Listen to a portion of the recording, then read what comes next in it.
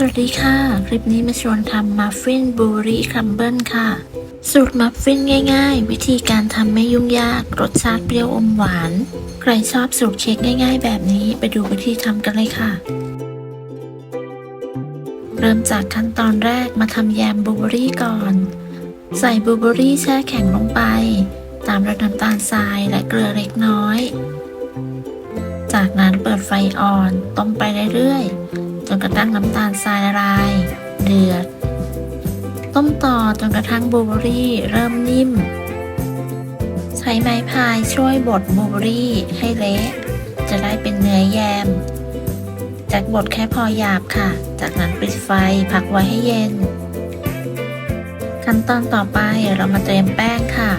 ใช้เป็นแป้งอเนกประสงค์ตราว่าวตามด้วยผงฟูและเบกกิ้งโซดาร่อนส่วนผสมของแป้งทั้ง3อย่างรวมกันจากนั้นพักไว้ก่อน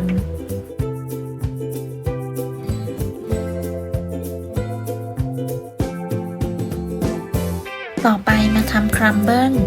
ใส่แป้งอเนกประสงค์ลงไปในเนยตามด้วยน้ำตาลทรายจะไม่ได้ใส่เกลือเพราะใช้เนยเค็มค่ะคลุกเคล้าส่วนผสมทั้ง3อย่างรวมกันจนมีลักษณะร่วนจากนั้นก็พักไว้ก่อนหากไม่ได้ทำทันทีให้นำไปพักไว้ในตู้เย็นต่อไปมาเริ่มทำส่วนผสมกันเลยค่ะใส่ไข่ลงไป2ฟองใส่เป็นไข่ไก่เบอร์2ตามด้วยน้ำตาลทรายและเกลือเล็กน้อยจากนั้นใช้ตะกร้อมือคนส่วนผสมให้เข้ากัน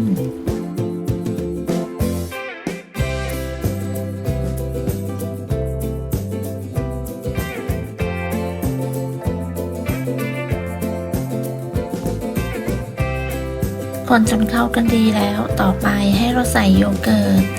ใช้เป็นโยเกิร์ตรสธรรมชาติแล้วก็คนส่วนผสมให้เข้ากัน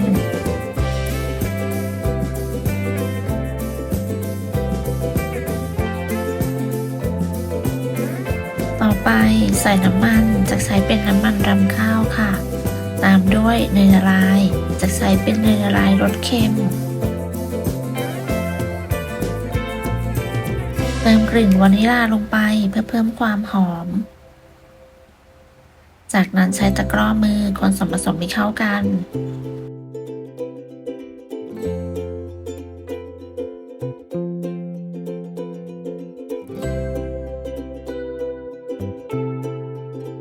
คนส่วนผสมจนเข้ากันดีแล้วจักเทกลับไปในชามแป้ง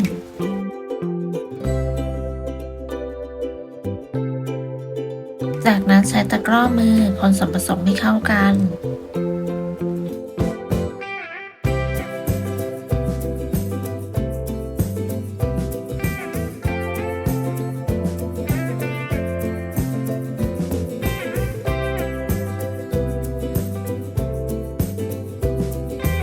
คนจนส่วนผสมเข้ากันดีก็ใส่บลูเบอรี่ลงไป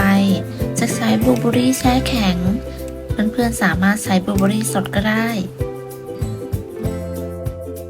ส่วนผสมมีเท่านี้ค่ะต่อไปเราไปตักใส่ถ้วยกันเลยใช้เป็นถ้วยกระทงมัฟฟินเบอร์501สูตรนี้ทำออกมาได้7ถ้วยตักส่วนผสมใส่ถ้วยจัดไม่ได้ชั่งนะคะกะปริมาณเอาประมาณ3/4ถ้วยใส่ส่วนผสมลงไปในแต่ละถ้วยเสร็จแล้วด้านบนเราจะวางด้วยแยมบลูเบอรี่ที่เราทำไว้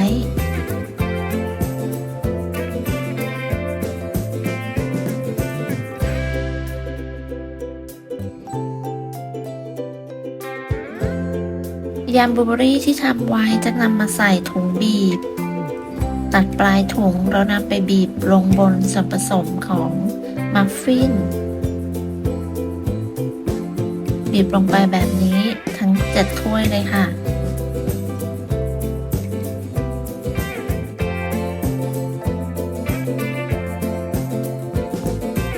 ขั้นตอนสุดท้ายจะโรยด้วยครัมเบิลที่เราทำไว้ในขั้นตอนแรก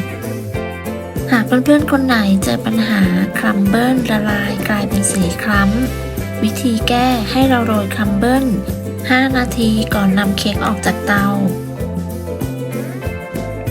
อย่าลืมเคาะเบาๆก่อนนำเค้กเข้าอบด้วยนะคะจากนั้นก็นำเข้าอบได้เลย ที่อุณหภูมิ 170 องศา ใช้ไฟบนล่างไม่เปิดพัดลม ใช้เวลาประมาณ 25 นาที เมื่อเค้กสุกแล้วก็นำออกจากเตา พักไว้ให้เย็นจะใส่ไว้ในพิมพ์ หรือจะพักไว้บนตะแกรงก็ได้ค่ะ มัฟฟินเป็นสูตรเค้กง่ายๆ เมื่อใส่ด้วยบลูเบอร์รี่ก็จะได้รสเปรี้ยวหวาน เมื่อโรยครัมเบิลลงไป ก็จะได้ความหอมของเนยพร้อมความกรุบกรอบ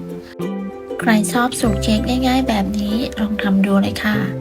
ขอบคุณสำหรับการติดตามรับชมคลิปนี้ หากเพื่อนๆชอบ ก็อย่าลืมกดไลค์ กดแชร์ กดติดตาม เพื่อเป็นกำลังใจให้กันด้วยนะคะสำหรับคลิปนี้จะต้องลาไปก่อนพบกันใหม่ในคลิปหน้า สวัสดีค่ะ